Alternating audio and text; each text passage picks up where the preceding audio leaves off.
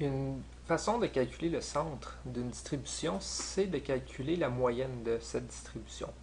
Alors, si on prend l'exemple qui est ici, on a des nombres de cours et puis le nombre d'étudiants qui avaient ce nombre de cours à leur horaire. Alors, bon, on a des gens qui ont répondu de 1 à 9 cours pour une certaine session. Alors, si on calculait la moyenne, le nombre qu'on obtiendrait représenterait en fait une façon, si les cours étaient distribués de façon uniforme, c'est-à-dire si chaque étudiant avait exactement le même nombre de cours, eh bien ce nombre de cours, ce serait ce qui correspondrait à la moyenne. Donc ici, on voit que les cours ne sont pas distribués de façon uniforme.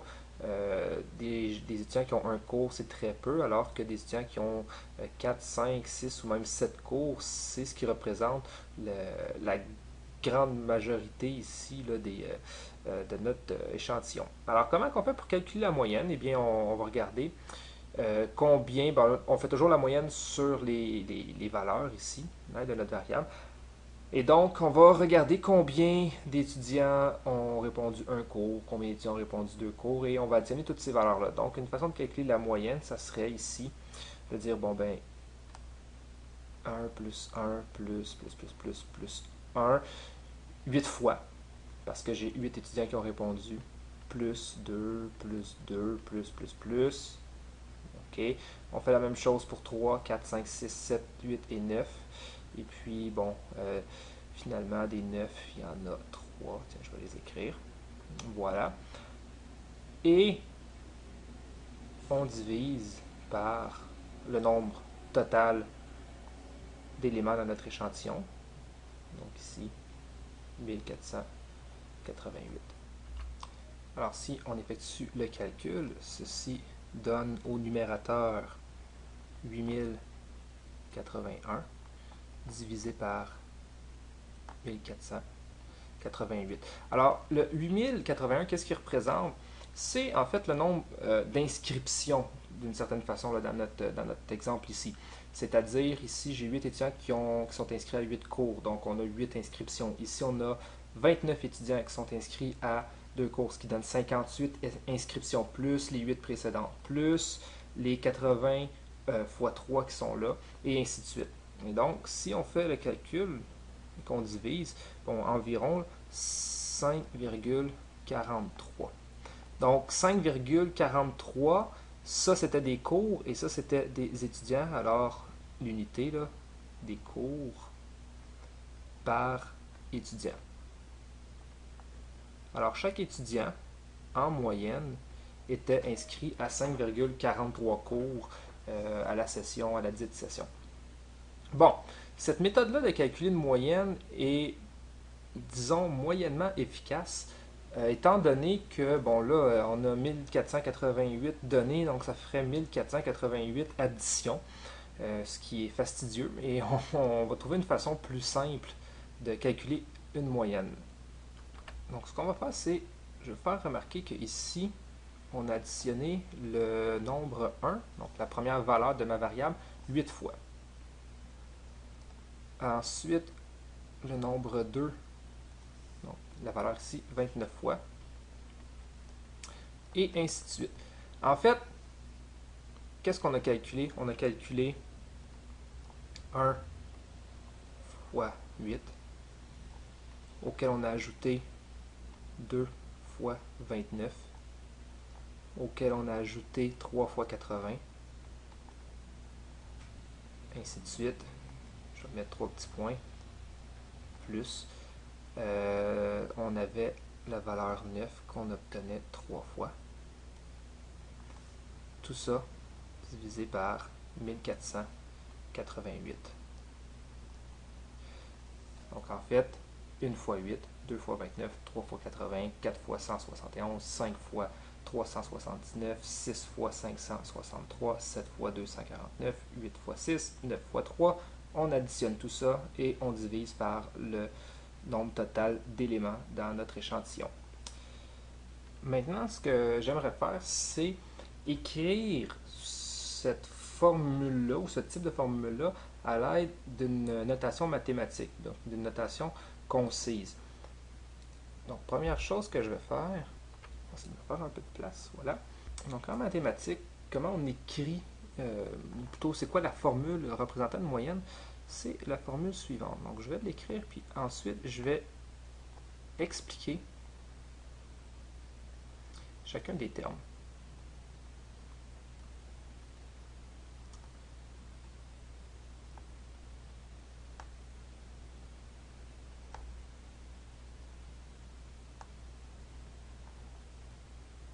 Voilà. Bon, qu'est-ce que tous ces termes-là veulent dire? Je vais commencer par les termes les plus simples. Alors, le n ici correspond à la taille de l'échantillon.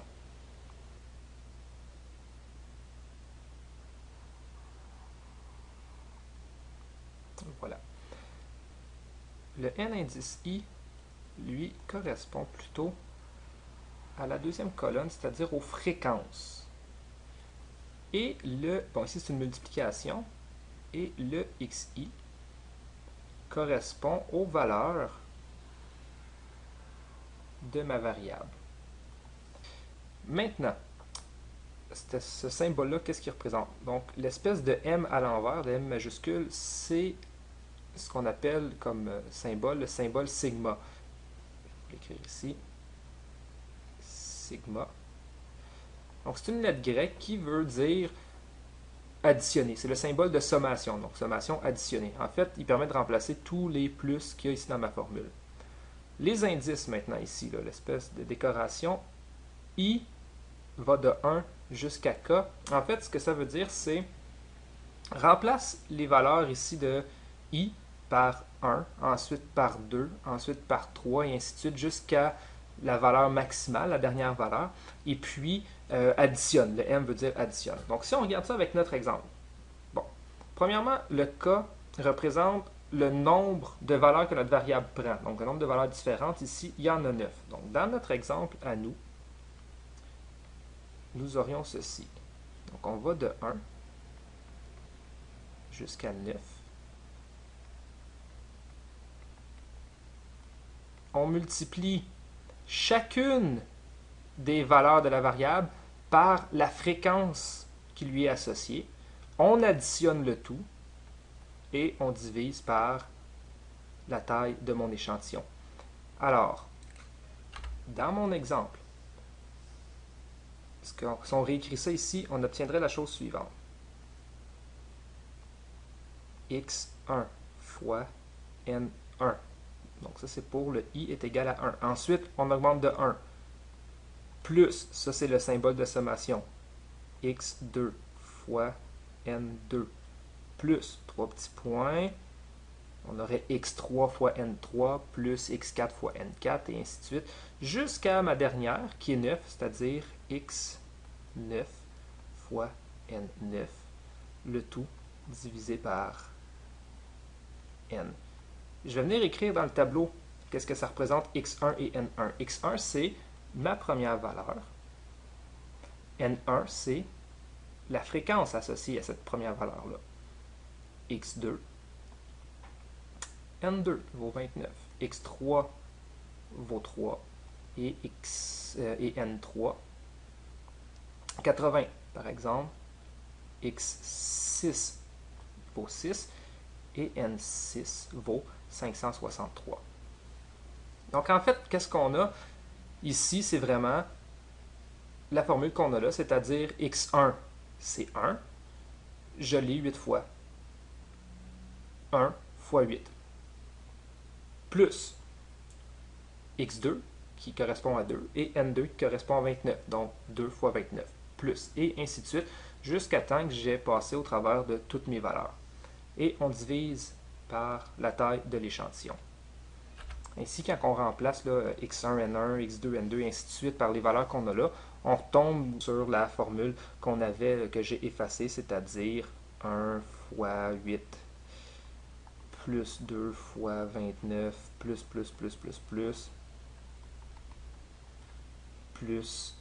9 fois 3, le tout divisé par 1488.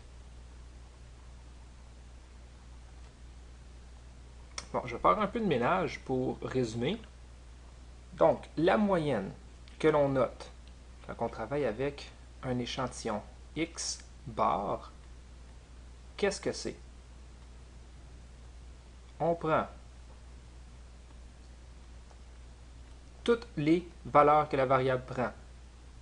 Ces valeurs-là, il ne faut pas oublier de les multiplier par leur fréquence. Et là, tout dépendant combien on a de valeurs différentes, ici ça pourrait être 10, 20, 500, tout dépendant, et on divise par la taille de l'échantillon.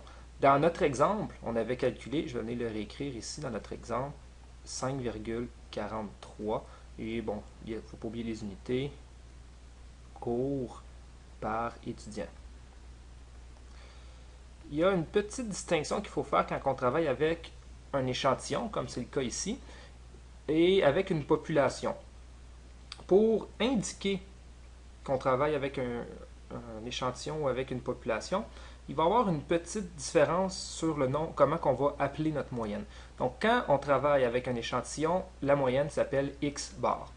Quand on travaille avec une population, c'est-à-dire si je prends toutes les unités statistiques de ma population pour calculer une certaine moyenne, la formule est très très semblable. En fait, on procède exactement de la même façon, c'est-à-dire on additionne toutes nos données.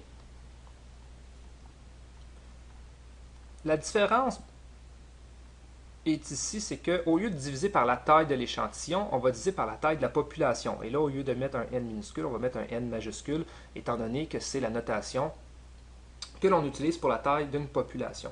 Et pour indiquer qu'on travaille avec une population, on ne l'appellera pas X bar, on va plutôt l'appeler mu. Donc c'est un U avec une patte allongée. Je peux vous écrire ici. C'est une autre lettre grecque, tout comme sigma. Je vais vous l'écrire ici. Alors, mu, on l'écrit. Bon, ça se prononce MU. Donc la lettre grecque mu. Alors, ceci pour un échantillon.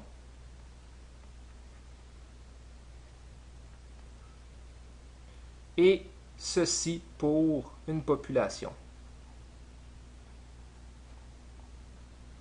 Donc, il n'y a pas de différence fondamentale, mis à part qu'on divise, ici c'est petit n, ici c'est grand N, mais c'est la même formule et on ne fait juste pas l'écrire de la même façon. Donc maintenant, ce que je veux faire pour terminer, c'est donner l'interprétation de la moyenne qu'on a calculée, qui est ici, et puis aussi donner la définition formelle de qu'est-ce qu'une moyenne. Alors, dans l'exemple qu'on avait, c'est donc le 5.43, on l'interprète de la façon suivante. En moyenne, chaque étudiant était inscrit à 5,43 cours lors de la session hiver 2010 au Cégep ABC. Voilà. En ce qui concerne la définition formelle de ce qu'est une moyenne, on pourrait l'énoncer comme suit. Alors, la moyenne correspond à la valeur que prendrait la variable si toutes les unités statistiques prenaient la même valeur. Alors voilà pour la définition de la moyenne.